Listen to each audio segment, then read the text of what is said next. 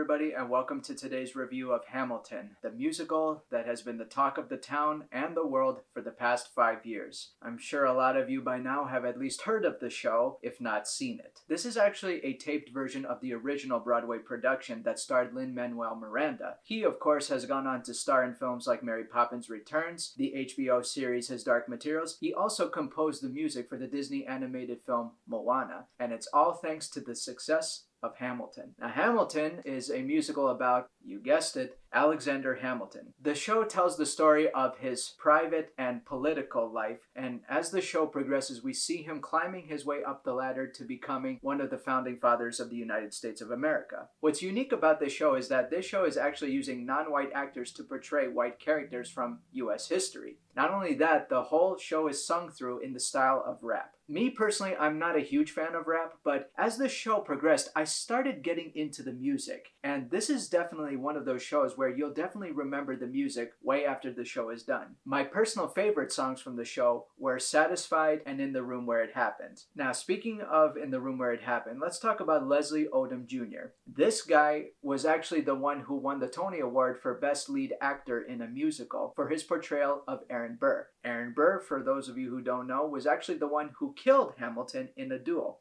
This is not a spoiler alert. I mean, it's US history. Plus, the show kind of tells you right at the beginning what he's about to do. He's like, "Hi, I'm the guy who kills Hamilton." So we kind of know where the show is going from the get-go. And this character kind of reminded me of Salieri from Amadeus. Both of these characters had to play second banana to a man who would later go down in history, and while the other fades away into obscurity. And Leslie had to portray this character with a lot more subtlety than all the other actors in the show, because his character was all about say less and smile more. Politics 101. But even so, you could see the intensity of his jealousy towards Hamilton. I mean, while Hamilton got to be involved in some of the most significant events that helped shape America, he was never able to be present for any of those things. And that just, creates more animosity towards him. And it was just really interesting to see. The best performance of the entire show was given by Renée Goldsberry. Such a beautiful voice and such a commanding presence as an actress. In the show, she plays the sister-in-law of Alexander Hamilton, who is married to her sister, Eliza.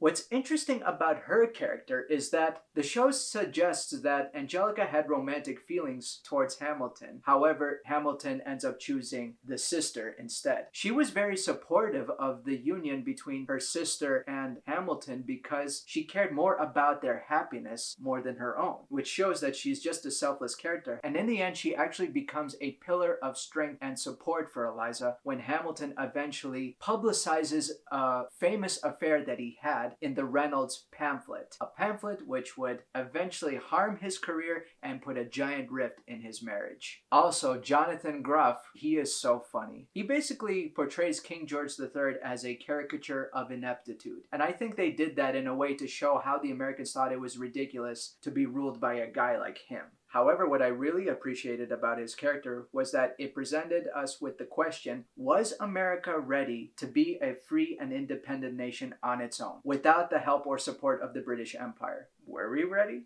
I don't know. We're still trying to figure things out to this day. And that is also portrayed brilliantly by the rap battle between Thomas Jefferson and Alexander Hamilton. Those were some of my favorite scenes in the entire show because, oh man, it was a very modern way to show how decisions were made. And I appreciated the fact that Miranda approached those scenes in a way not to show which one had the better idea, but rather simply state without biasness, here's what they thought, here's why they thought this way, and that's it. So in the end, I find Hamilton to be a very unique theater-going experience. There is not another musical like this at all. There's not a lot of bad things that I have to say about the show other than the fact that the first act may have been a little bit rushed. Like in the beginning, Hamilton meets these guys in a pub, and then within a mere few seconds they become best pals, and we see them going into the Revolutionary War, but then later on, those characters just disappear. I felt like I didn't get enough of those characters. They were set up to feel important, but in the end, they felt pretty much like throwaway characters. And at times when they rap, it was kind of hard to follow what they say, but hey, it's a play. You're gonna miss a few things along the way,